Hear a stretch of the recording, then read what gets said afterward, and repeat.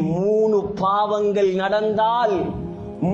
பாவங்கள் நடந்தால் அல்லாஹ் உலகத்தில் அதிகமாக பூகம்பங்களை ஏற்படுத்துவான். முதலாவது பாவம் என்ன தெரியுமா? விபச்சாரம் பரவலாக மாறும். விபச்சாரம் அல்லாஹ்வுக்கு பிடிக்காத மோசமான கெட்ட பாவம்.